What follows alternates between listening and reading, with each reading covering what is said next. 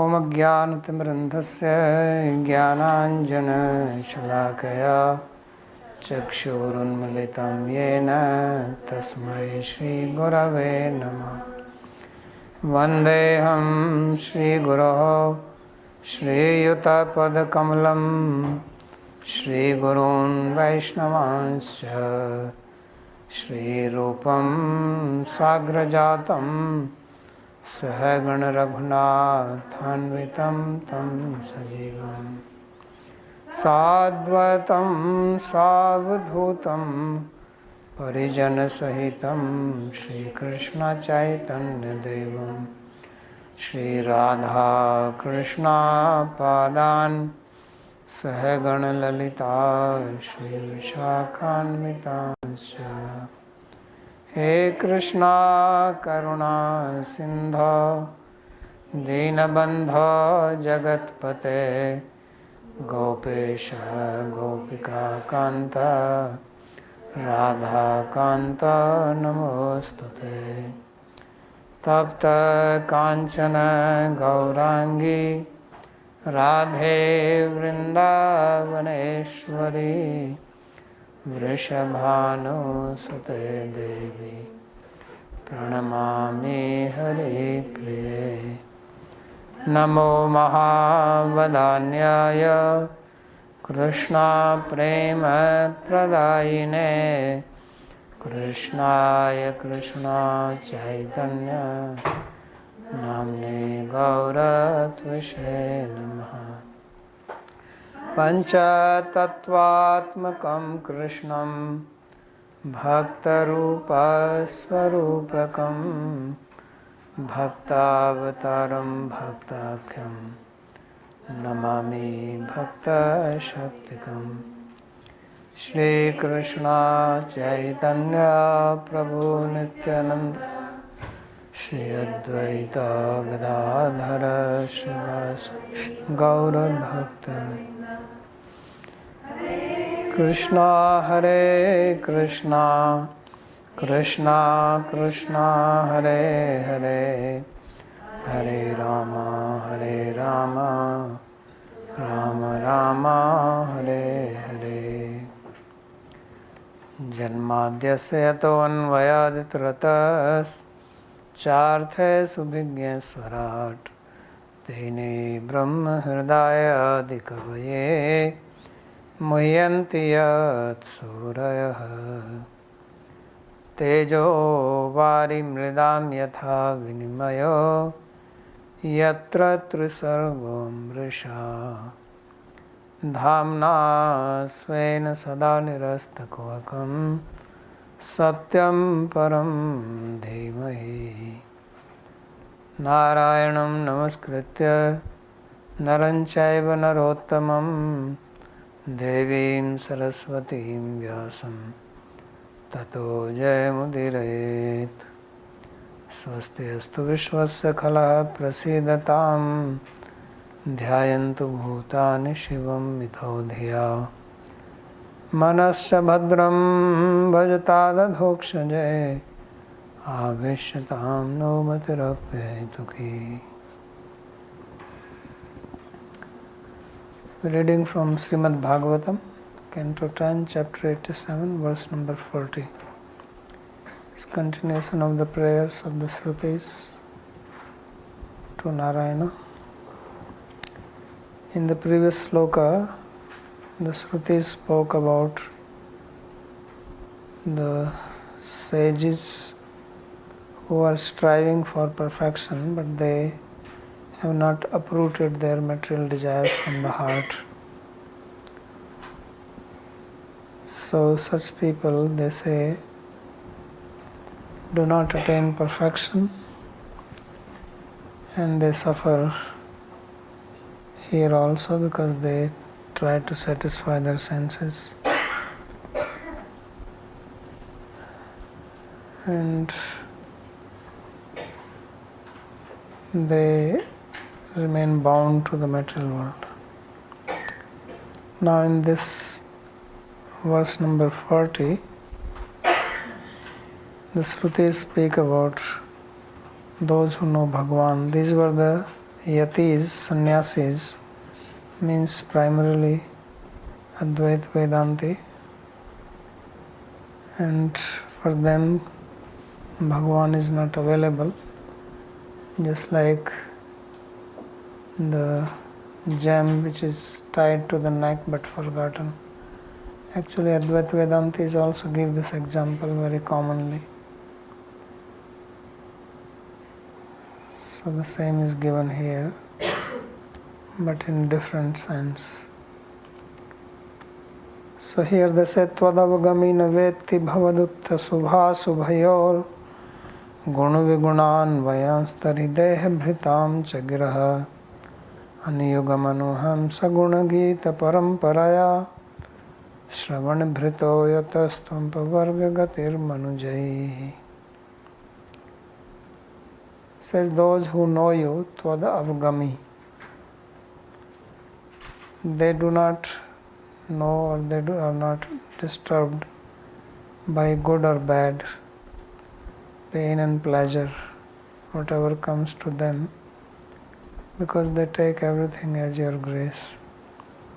So Tvadavgamina Veti Bhavadutta Subha Subhayo, and Guna Viguna, whether happiness or distress, Anvayams, Tarhi De Bhritam Chagira. They are also not disturbed by the statements of the people. Sometimes they may get praised, other times they may get criticized. Anuyugam Anuvaha Saguna Gita Paramparaya. Why is that? They say that a Lord who is full of qualities, because they are always hearing about you. Gita Paramparaya Sravana Bhrita. They are engaged in hearing about your katha, about you who appear in every yuga.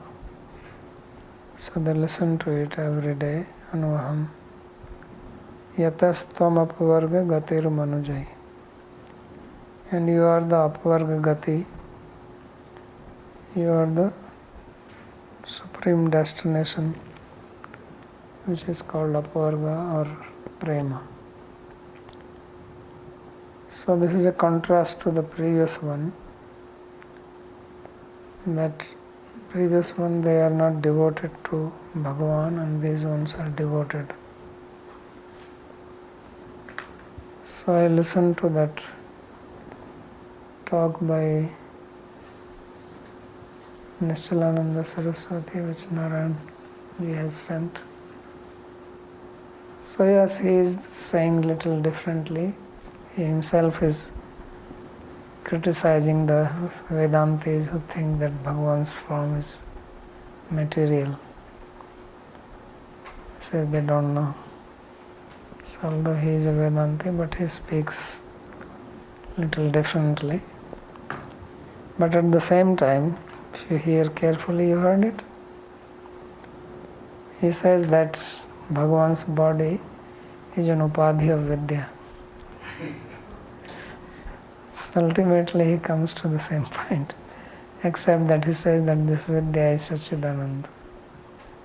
But the general understanding is the same, that the Jivas, they are having upadhi of avidya. They make two divisions of Maya, Vidya and Avidya. So Bhagavan has the body, which is an upadhi of Vidya, potency of Maya. That is Sat. And the Jivas, they have their upadhis, which is made of Rajas and Tamas, Avidya. So this is the difference. So he is also saying that, except that he says it is Satchidananda. So little different than others, but ultimately ढाके वही तीन पात.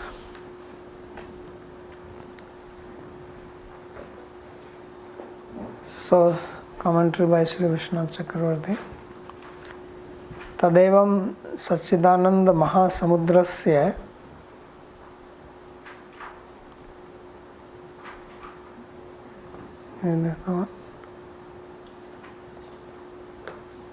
Okay.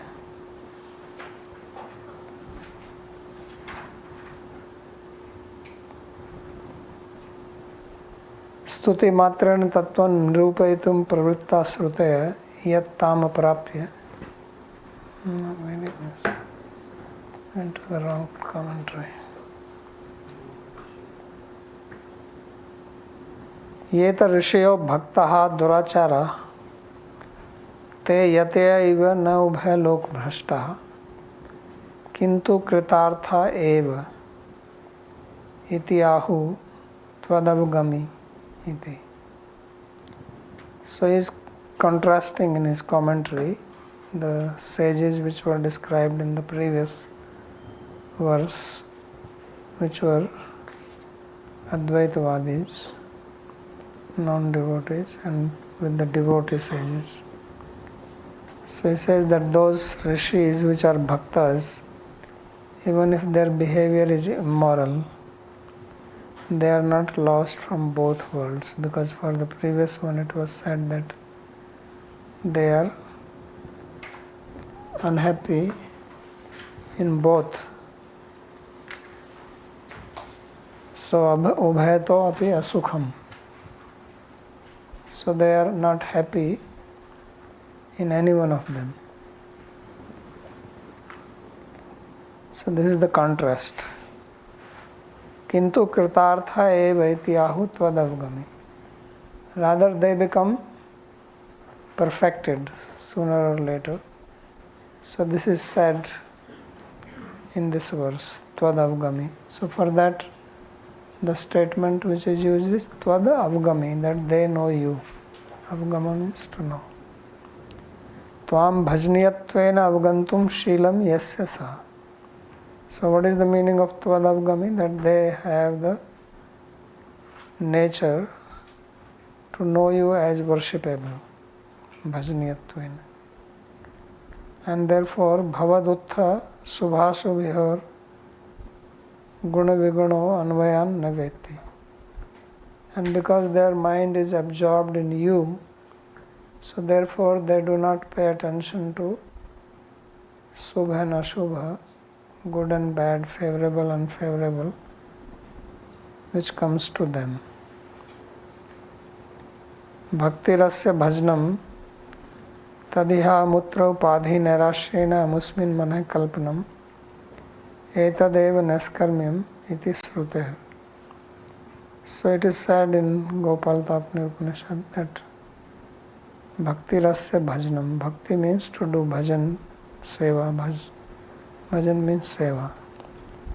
And that has to be done by tadiha matra upadhi narasena, which means upadhi here means desired, giving up any kamana, desire to be successful or important here in this world or in the next one, to look for happiness.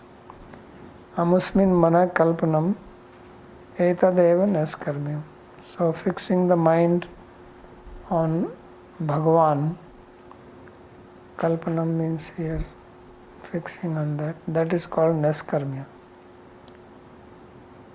Sruter bhaktasya bhajne sati eva naskarmyam jate. So once somebody engages in the bhajan, in the service of Bhagavan, then one attains naskarmya. Naskarmya is generally used also for Brahman. Naskarma pe achyut bhavavarjitam nashobhate alam niranjana. So there naskarmya is used for Brahman. But here naskarmya is used in the sense of being free from karma. So niskamasya bhava naskarma. Niskarmasya bhava. So they become free from karma. Ye shubha shubhe drishyate te khalu na karma phale. So now this is a question which is raised very often, because there are a lot of statements that devotees are free from karma. Right? Everybody has heard this? That devotees are free from karma. Dr. Sam? So what does it mean? Then why do they go to doctor? Doctors should be out of business because there are so many devotees now. So if the devotees are free from karma and the body is made from karma, so as soon as you become devotee, you should drop dead. Because body works only on karma. If karma is not there, it cannot function. So then they are free or they are not free. And he also says that neskarmyam amusmin mane kalpanam etadeva neskarmyam. So the meaning is that if your mind is fixed on Bhagavan, then this sukha dukha is not disturbing to you. And that's what karma. Karma brings two things. Punya karma, pap karma, there are two divisions of karma. So either it brings good situation or it brings troublesome situation. But if your mind is fixed somewhere else, then both good or bad, they do not influence you. So that is the meaning of neskarmya. Otherwise karma is there. Otherwise why he says that? Bhagavan says sukhe dukhe samay kritva. So that means sukha dukha will come. In 12th chapter also he says sukha dukha samakshami. That he is equal in sukha and dukha. Advaishta sarvabhutanam matra karuna evacha. Nirmamo nirahankara sama dukha sukha kshami. So he is sama in sukha and dukha. So that means sukha or dukha is coming, otherwise how is sama? If it is not coming, then you are neutral anyway. But if it is coming and then you remain balanced. So how is you remain balanced? Because your mind is not available for this sukha or dukha. Mind has the characteristic that it can sense only one thing at a time, not so many things. So when mind is manogati ravichinna, ganga amso ambudauryatha, madguna sruti matrene mai sarvabhasai. So manogati ravichinna, avichinna means unbroken. So when unbroken consciousness, awareness of the devotee flows towards Bhagavan, then there is no possibility of mind getting disturbed. That is the neskarmya. So, but now he gives some more explanation. So he says, neskarmya jate api ya shubha shubhe drishyate te khalu na karma phale. That although a devotee is free from karma, but you have to be a devotee, not just a name, but actually in true sense of the word. So neskarmya jate api ye shubha shubhe drishyate te khalu na karma phale.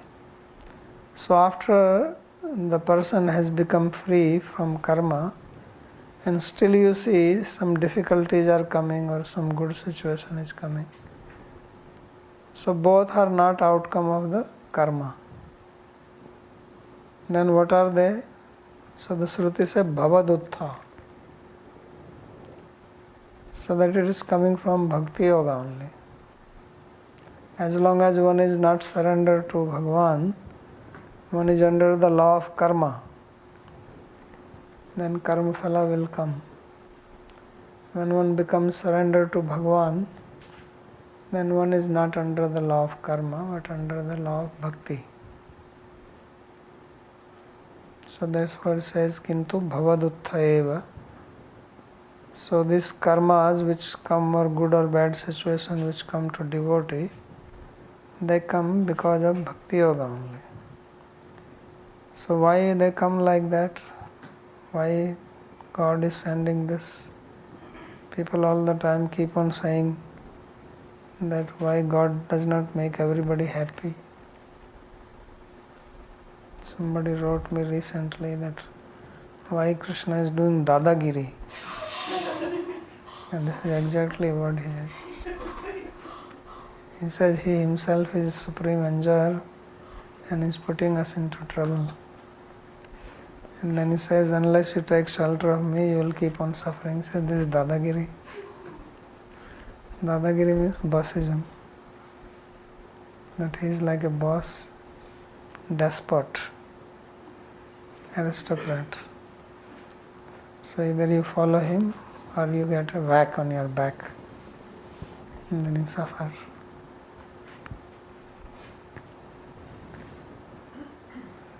So he says that Bhagavan does not spare his devotees also. Why is that? So he gives 4 reasons here. Interesting. Vishwanath Chakravarti Thakur gives 4 reasons why it seems that devotees' karma is intact.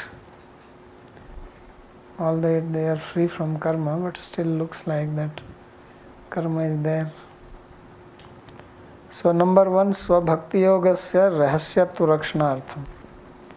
So the first reason he gives is that Bhagavan wants to protect the secret of his bhakti. So that people say, oh, devotees also suffer, so what is the point in becoming devotee? So therefore, unnecessarily people do not come to devotion. Because if you proclaim the glories of bhakti, that you chant one name, all your sins are destroyed. So much sins are destroyed that even in future if you do, they will not be effective. Right? There's sloka like that. Bhavishya also. So then everybody will come. But they don't see it, so they don't come. Even devotees don't believe it. How the non-devotees will believe? So therefore he says, Swabhakti Yogasya Rahasyatura. So this way, the path of bhakti remains secret, protected. Unnecessary people do not come. Then Bahirmukha Mata Utkhata Bhavartham. He also does not want to disturb the belief of people in general.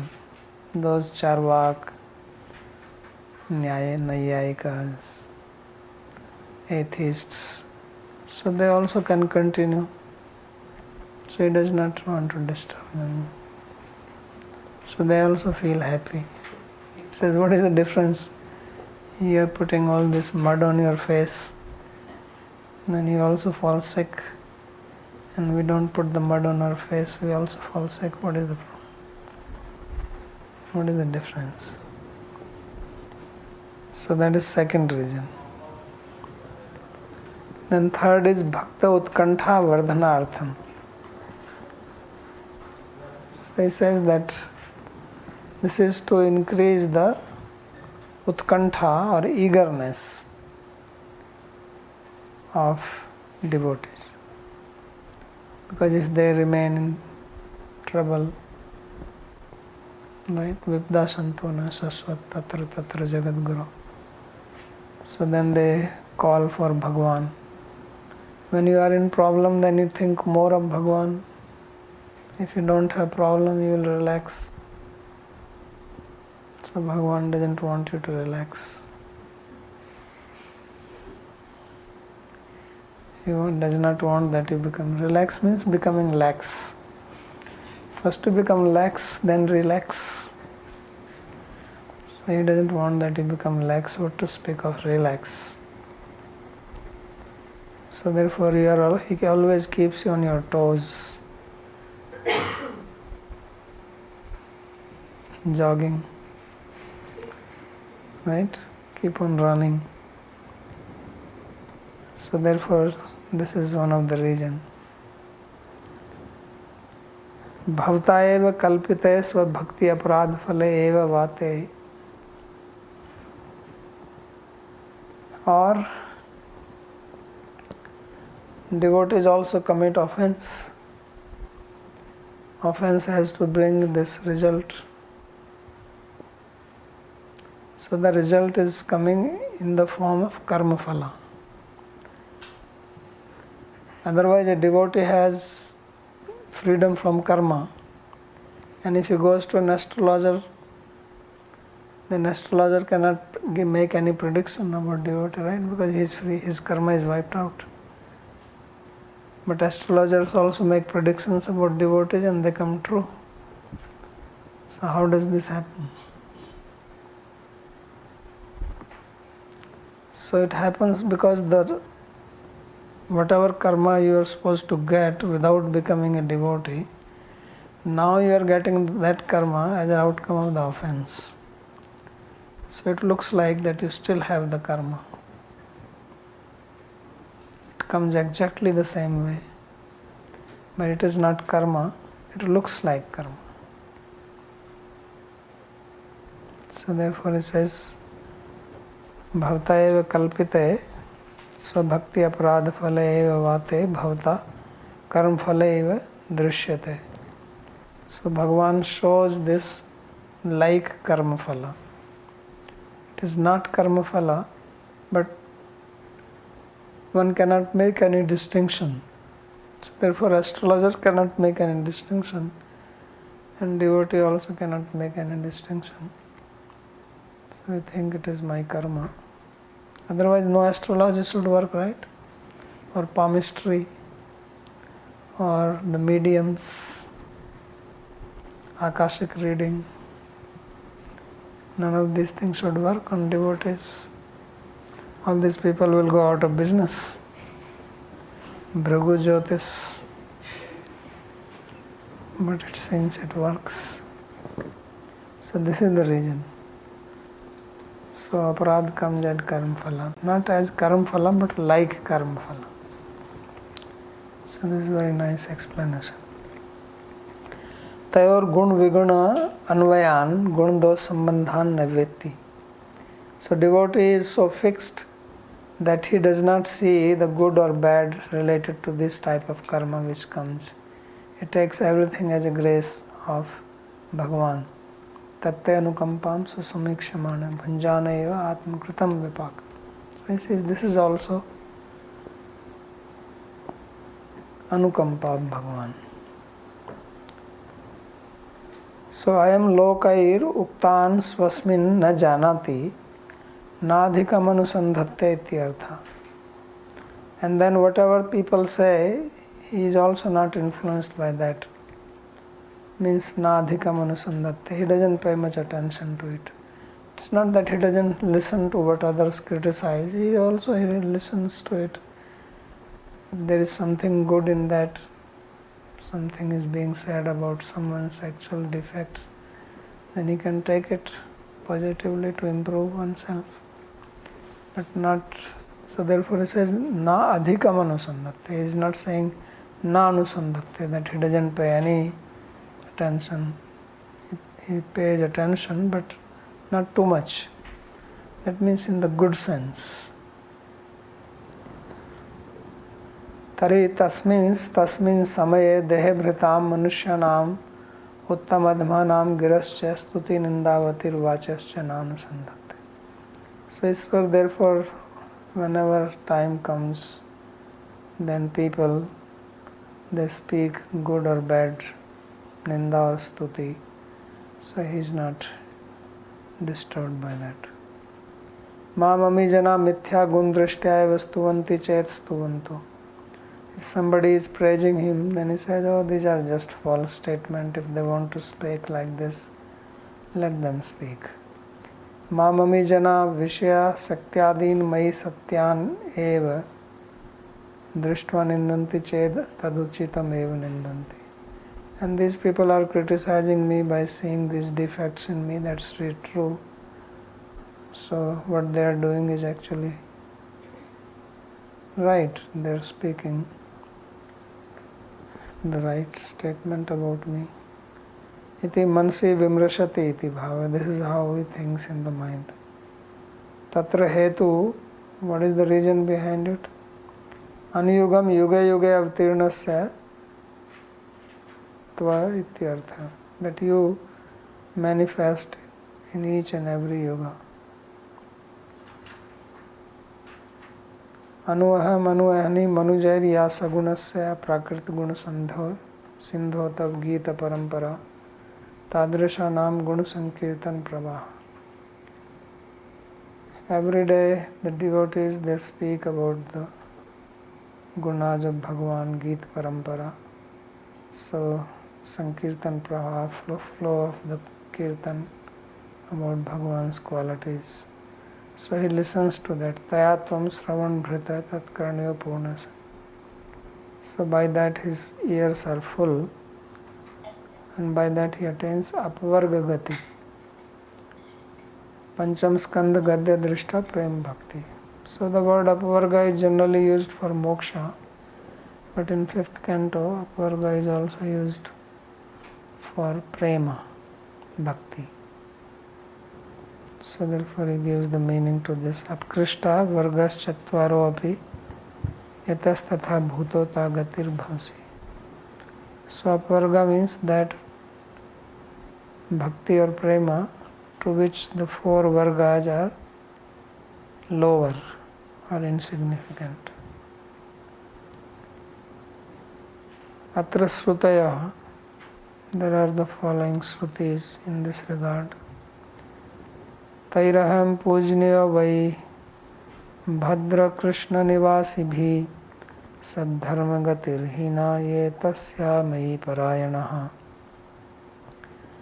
I am worshipable to the residents of Bhadravan and Krishnavan, although they are devoid of Saddharma Gati, good character, etc., but they have taken shelter to me.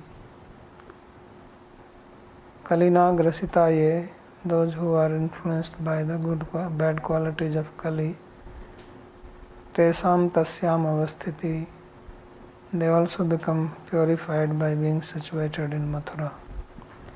Yathatvam saha putraisya yatha rudro ganesha, just like you, Brahma, along with your sons such as the Kumaras, and just as Rudra or Shiva, along with his Ganas.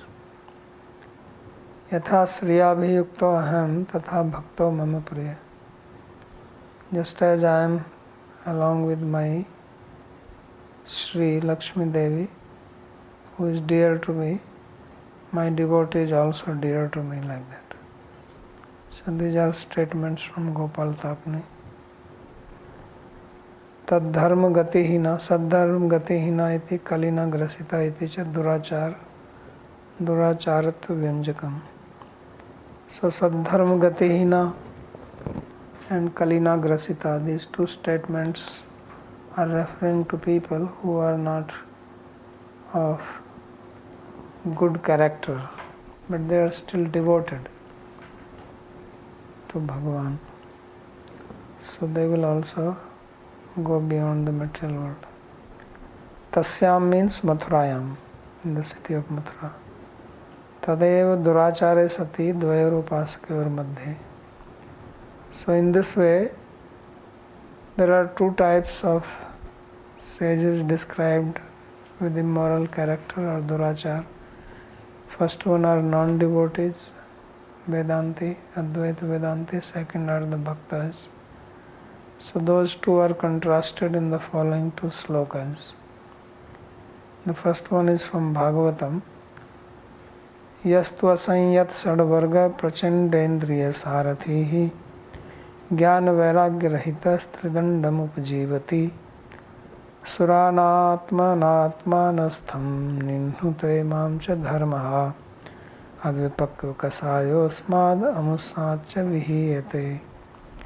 So a person who has not controlled his senses, which are like prachandendriya sarthi, like powerful horses, and he has sadvarga, kam, krodh, love, moha, matsarya not under his control, is devoid of renunciation and knowledge about the tattva, but he subsists by taking sannyas, tridandam upajivati. So taking sannyas is a means for sustenance for him. So such a person does not know his own situation. He does not know the God situated in him. Suran Atmanam Atmastham, does not know himself and the devas situated in him. And therefore he cheats himself and others. He is a destroyer of dharma, dharmaha. Avipakva kasayo asmadam usmatcha vihiyate. He has not purified his heart, therefore he is lost from both this world and the next, this life and next life. So this is the situation of person who is not a devotee but takes to sannyas although not qualified. That kama jata which he spoke. Iti bhagavata yatir nindita. In this way Bhagavan, this is spoken by Bhagavan to Uddhava, that he has criticized the sannyasi. And about the bhakta he says, api chet sudurachara bhaste mam ananya bhak sadhurev samantavya samyak vyavasito. That even if a devotee is having immoral character but worships me without or with one pointed attention, ananya bhak, then he should be known as sadhu because he is properly situated.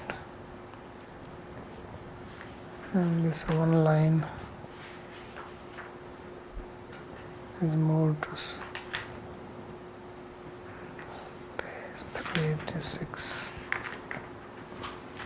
Iti svabhakto abhinandito yatha. So first one was nindita and this is nandita. First one is criticized, this one is praised. Svastavante srutibhirapi tvadanuvartinibhi samvadeti. So this, because this is coming to the end of the prayers of the Shrutis, so Shrutis themselves are praying the devotees at the end of their prayers. This is the meaning. This last verse which has been quoted from Bhagavad Gita 9.3, Apichet Suduracharo Bhajte Mamananya Bhag. In the earlier discussions when it was going on, you had clearly told that the intention of this verse is to show the utkarsh of bhakti, the power of bhakti. Here also same. But here it is also appearing as if the ones who are Sudurachari, if they are Krishna Parayan, even if they are Krishna Parayan, they will also attain Krishna. But he is not saying that he should be Sudurachari. That's the point. What is the next verse after this? You know? Chipram bhavati dharmatma, saswat santi. He becomes dharmatma very quickly. Yes. So this is the test. If you are a Sudurachari, you cannot stay in Sudurachar for a very long time. If you are actually Ananya Bhak. Otherwise you are not Ananya Bhak if you are still continuing Durachara. This is the test. Because right next verse he says this. Apichet Suduracharo bhaste mam ananya bhak sadhurev samanya mantavya samyak vyavasito isa kshipram bhavati dharmatma sasvat shantrim nigacchati kaunteya pratijanihi named bhakta mad bhakta pranasya.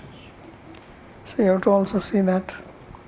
And the whole prakaran is there to praise bhakti, not that this is an injunction to be Sudurachari.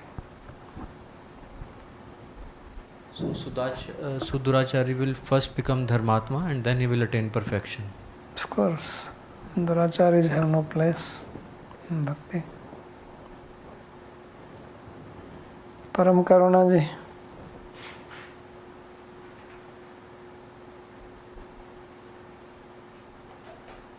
Pranam Babaji Maharaj. Thank you so much for all these wonderful Bhagavatam lectures that you do every single day. Babaji, the 4 reasons that Sri Vishwanath Chakravarti Thakur mentioned, in that, Babaji, maybe I missed it, but first and second seemed the same or similar. Could you throw some light a little bit on the difference between first and second reason? First was Bhakti Rakshati, or to protect the Bhakti, and second also was similar you were saying. The second is to protect the other paths. So first is to protect the path of bhakti and second is to protect the non-bhakti path.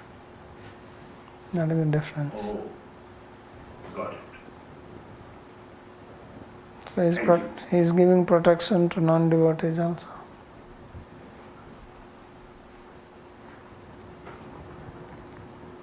Okay, Narayanji. So why is he giving protection to non-devotees? I mean, these four are the reasons why.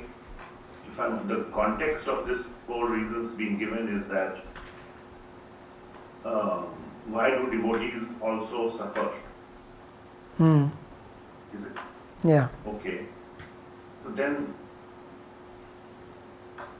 but the second reason sorry, I'm just trying to understand this. The second reason is to say that why should non-devotees continue to follow their own path instead of switching to bhakti? That seems to be the sort of the... Because that's where their Shraddha is. Ye yathamam prapadyante tam sthatai bhajamyam. Their Shraddha is not in bhakti. If there is Shraddha in bhakti, they will come to bhakti. But that doesn't seem to be related to the point that why do devotees suffer? No, he's showing that why this is there, because if devotees are made completely free from suffering, then these people will think, oh, devotion is very nice, it is easy. So they will give up that. Although they will not have Shraddha in it. People go where things are easily available. Bhandara is available, so why shall I go and eat there? Doesn't mean that they will have Shraddha. Many people come to bhakti with some motive, right?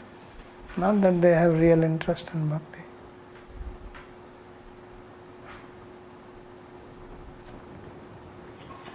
Understood, Babaji. Thank you so much.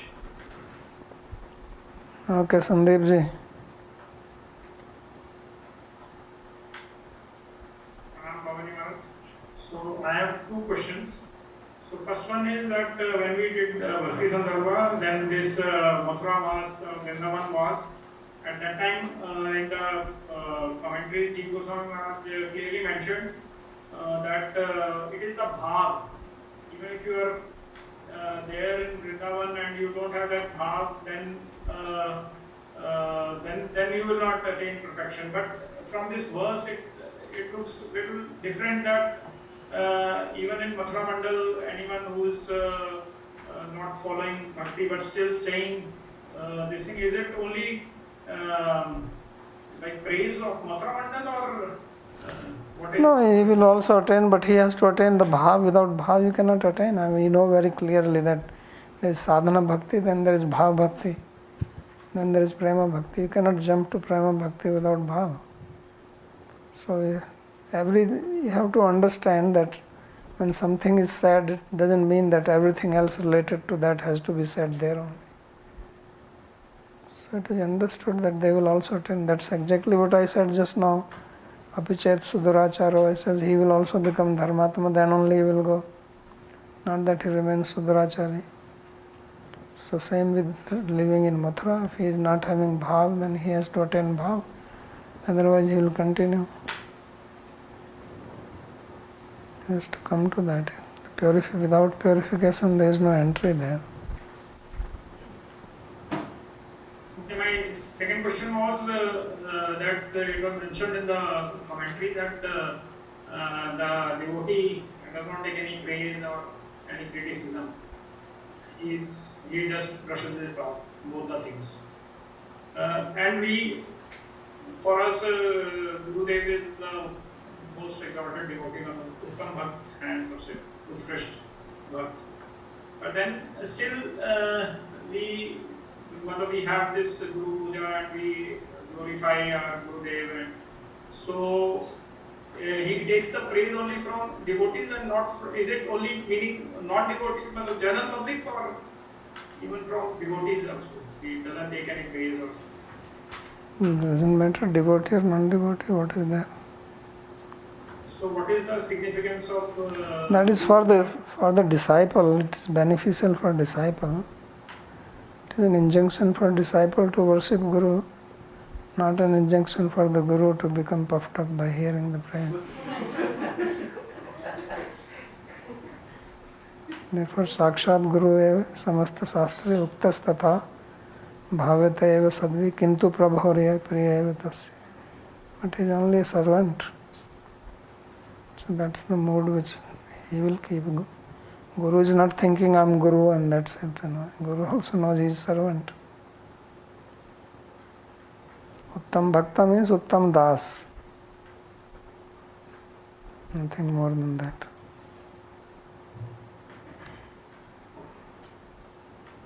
Narayan ji. Pranam Guru, Pranam Guru. My question is actually just connecting two words which were mentioned. So in the commentary towards Avagami, it is translated as Swam Bhajaketvena Avagantum Sorry. Sheelam, yes, sir. Right? Yeah. And later on, so I have understood that to mean that by performing bhajan, this person is slowly not only realizing Bhagwan, but his character is getting transformed. The second sentence, the word which comes later is Gita Parampara, and there it says Tadrisham Aguna Sankirtana Pravahataya, which means by the continuous flow of this person, this sadhaka or whoever the person is, he is following in the, he's continuing in the tradition of reciting the gunas of Bhagwan. So, my question is, this word parampara, is it used in the social context or is it used in the formally initiated context? Because if somebody does bhajan but they are not initiated, there are a lot of people in India, or sadhus who just there were not initiated in anything. Does that actually result in sila, in silanam and all these good qualities manifesting, or does it have to be properly connected to a bona fide sampradaya? So if you remember the classes on Bhakti Sandarbha, then there are two types of bhakti. Right. One is called Samanya Bhakti. Another is called Uttama Bhakti. So Samanya Bhakti does not need all these things. This is just devotion. People can attain that also. Another is Uttama Bhakti, which is where you have a specific relationship. You have parampara, you develop like that. So therefore both types of examples you can find at least in India. So they also attain, but it is not same. You see, bhakti has got a lot of variety. But word is only one. It has got a lot of different categories in it. So is it, that's why I actually asked the question, because of the two categories. And very specifically what threw me off was that I understood this verse to mean that it is in the first category, the Uttama category, somebody who is following in the right way. Yeah, it is an Uttama only, he's saying. Okay. Because other things may not result in, and just one clarification, and this is, I heard this in the Bhakti Sandarbha class, but people who perform the Kirtanam of Bhagavan communally, they also do get Chitta Shuddhi, right? Yeah.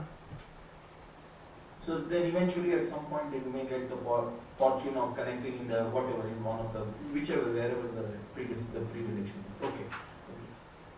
And just one very simple question.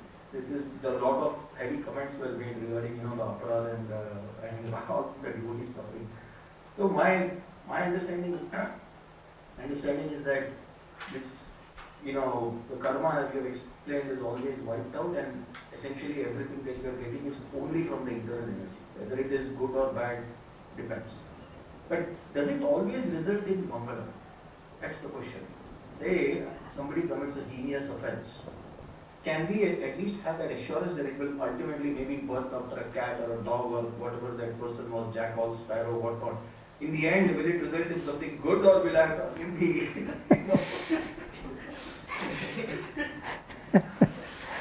It will always end in good. Thank you.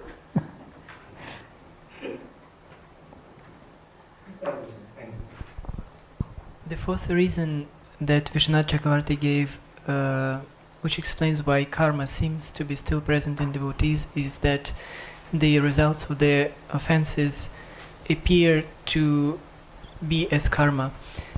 Karma manifests either as sukha or as dukkha.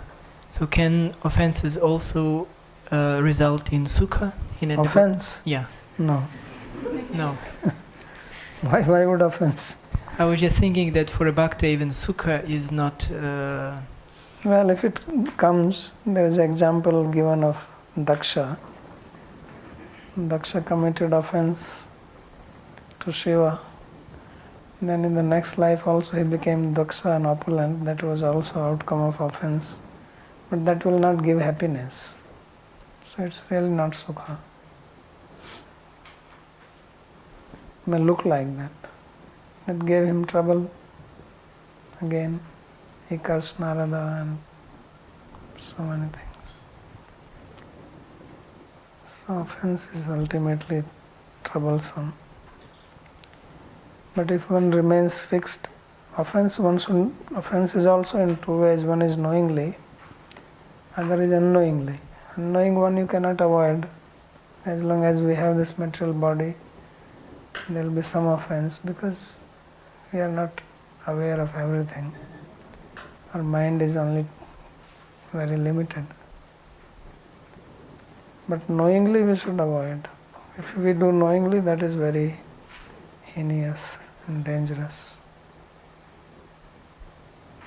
So that's very important to avoid knowingly. And that is the only one we can avoid, the unknowing one. How will we avoid that?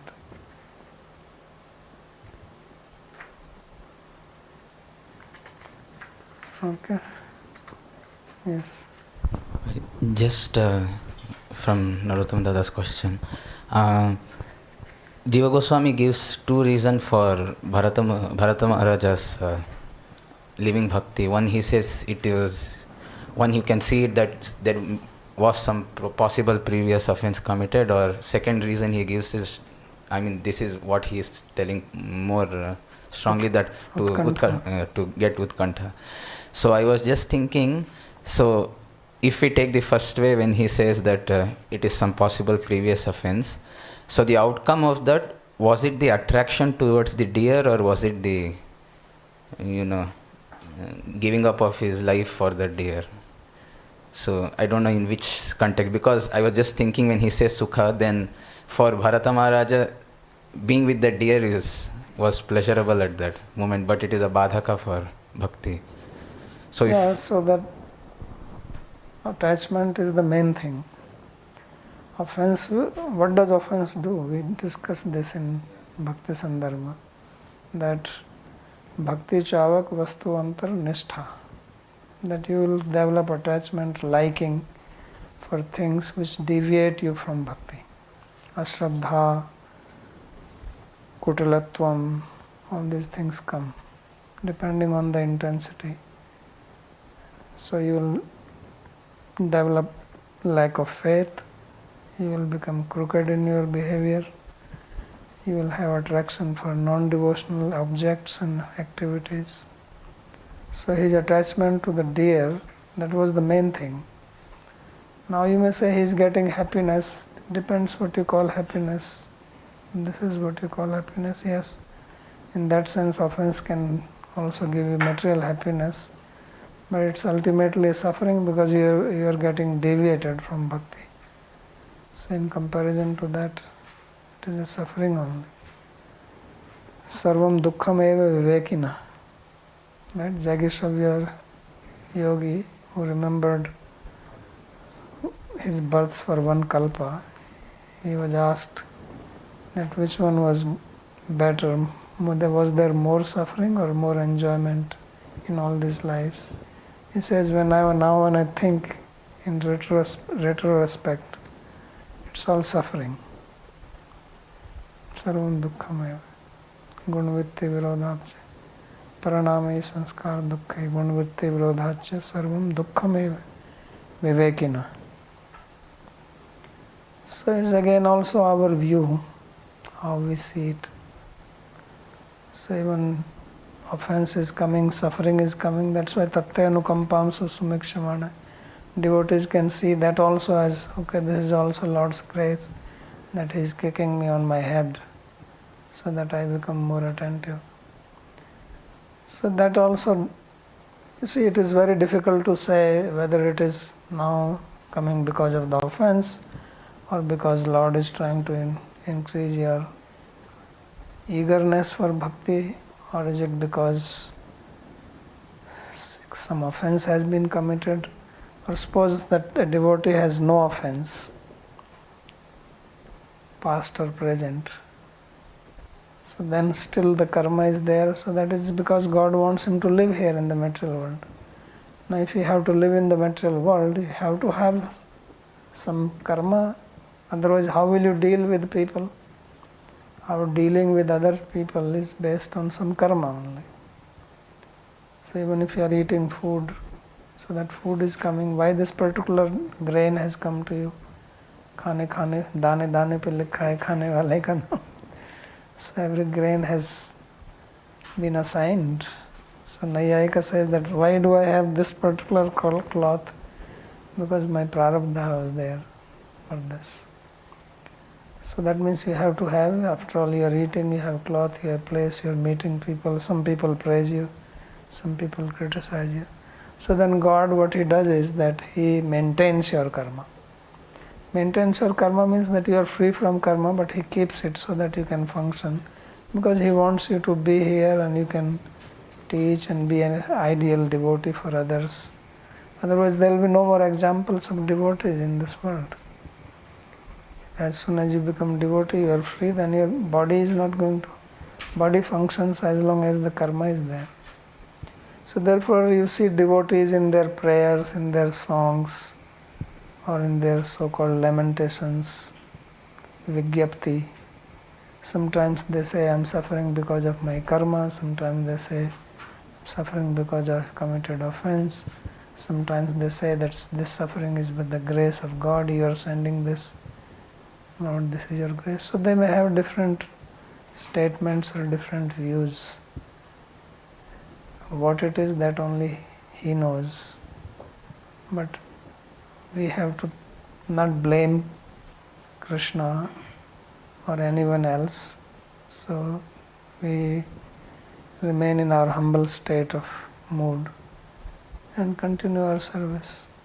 But when a particular situation arises, so we have to give some food to the mind to satisfy it, that why is this happening? Because the question comes in the mind. So then say, oh, this is, Krishna is testing me. There is no need for him to test. Or he is trying to teach me a lesson. So in different ways you can say. So that's why he gave these 4 options. Okay. So stop. Question from Mohini. Oh, Mohini, how can we stop without her? Question about Maya Shakti from the previous class. The devas get envious when a Jiva goes beyond them and becomes liberated. Does Maya Shakti, who is also Antaranga Shakti of Bhagavan,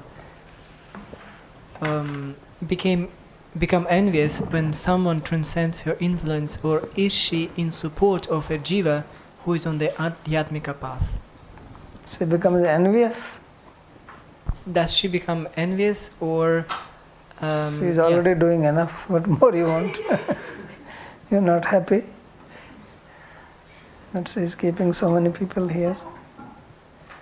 I have heard that the devas become envious of someone who goes beyond them. But Maya is all the time working on you. What more you want?